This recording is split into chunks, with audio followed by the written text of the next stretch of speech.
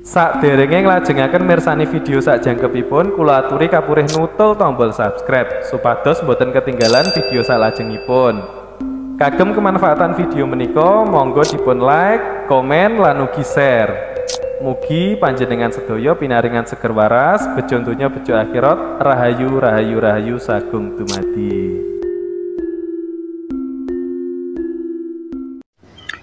Salam cerdas, salam rahayu, salam kebajikan, salam hormat saya, serta salam paseduluran buat semuanya.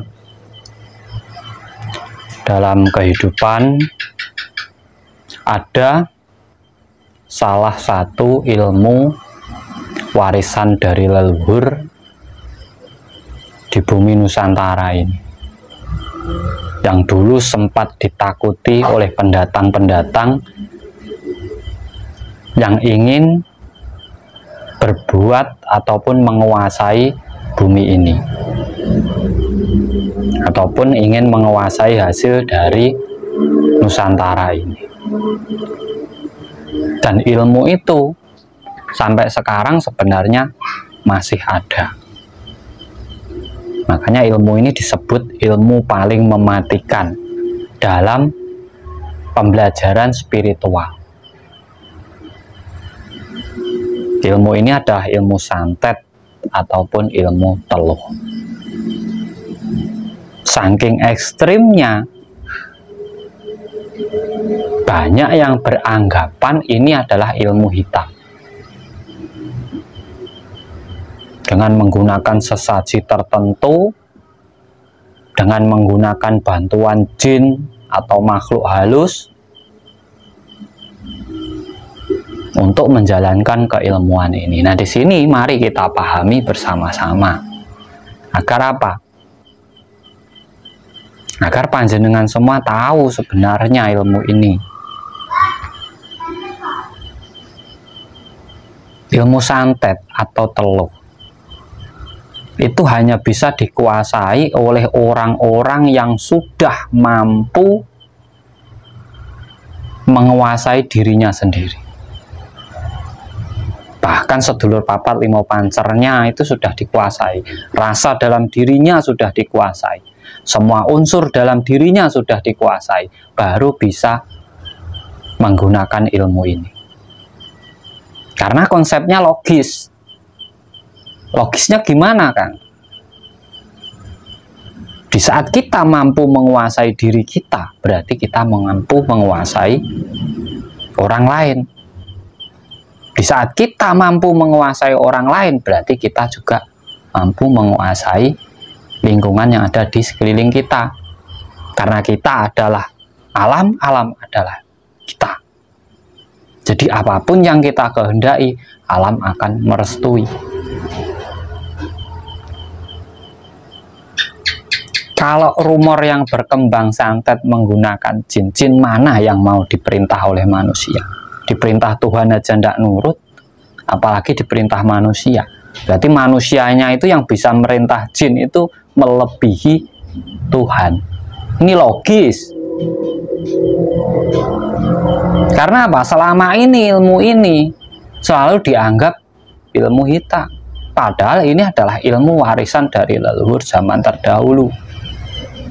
Karena saking susahnya orang-orang dari luar dulu ingin menguasai Nusantara ini, karena orang-orang Nusantara ini sangat mendalami spiritual sehingga munculnya ilmu tersebut, maka di saat mereka mampu menguasai sini, ilmu ini ingin dimusnahkan, ingin dihilangkan. Karena apa? Mereka sebenarnya takut apabila ilmu ini muncul kembali, maka itu akan sangat menakutkan. Ya, karena santet sendiri atau teluh sendiri itu bukan hanya untuk menyakiti, tapi juga bisa untuk menyembuhkan.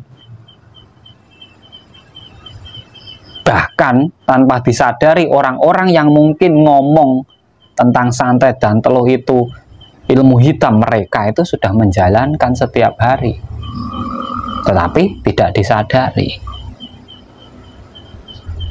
Karena untuk menguasai diri itu memang berat. Memahami diri sendiri itu memang berat.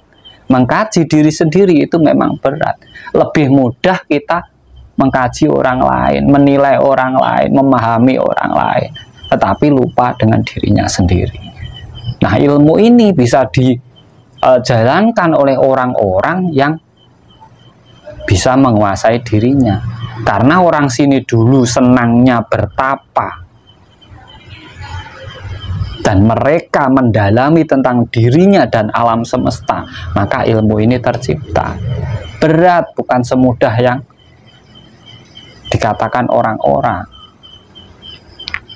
Ya, sekali jadi orang kalau ngomong 1 menit jadi, dia itu sudah bohong. Semua itu ada prosesnya, semua itu ada tahapannya. Makanya buat panjenengan semuanya, ya jangan asal percaya. Ini ilmu warisan leluhur. Bahkan ini dulu digunakan oleh seorang panglima besar yang bisa menyatukan seluruh Nusantara. Di saat prajuritnya perang, dia hanya makan saja. Prajuritnya kenyang semua. Sekarang dilarang. Jika kita sebagai anak cucu Nusantara, apa salahnya kita mempelajari ilmu leluhur kita sendiri? Kalau ilmu orang luar saja kita pelajari, kenapa ilmu leluhurnya tidak dipelajari? Sama saja kita kacang lupa kulitnya. Sama saja kita tidak menghargai leluhur kita sendiri. Sama saja kita tidak menghargai bumi kelahiran kita sendiri. Lah, kalau kita dikuasai terus oleh orang pendatang, ya kita akhirnya jadi tamu di rumah kita sendiri. Kenapa takut? Sebelum ada pendatang datang, Nusantara ini sudah luar biasa. Makmurnya luar biasa, tidak ada orang kekurangan. Tidak ada negara punya hutang. Dulu itu tidak ada. Semua kerajaan itu kaya raya di bumi Nusantara. Ini karena apa? Hasil bumi alamnya luar biasa.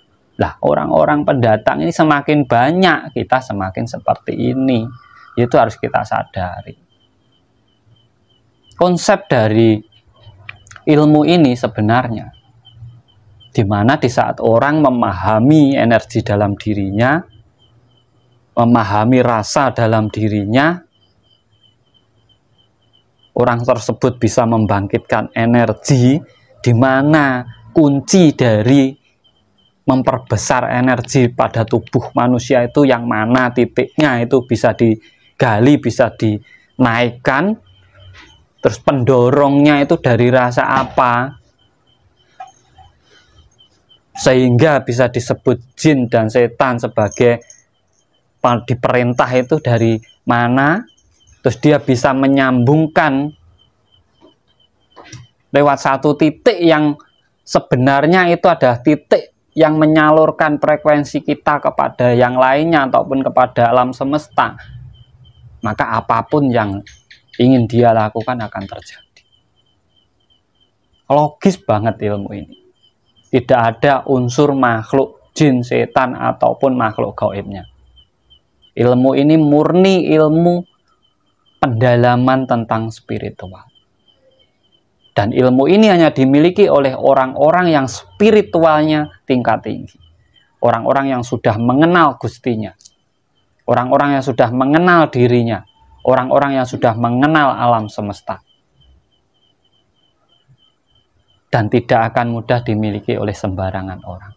Dan orang-orang yang menguasai ilmu ini, dia akan lebih banyak diam. Dan dia tidak akan menyebutkan sesumbar di mana-mana, tapi dia hanya diam, melihat, memperhatikan. Apabila merusak keseimbangan alam semesta, maka dia akan hapuskan. Nah, ini jangan jadi ketakutan. Ini warisan leluhur, bro. Warisan leluhur. Nggak usah pakai amalan, nggak usah pakai tirakat, asal kuncinya panjenengan tahu di mana tempat energi dalam tubuh kita, gudangnya di mana, terus rasa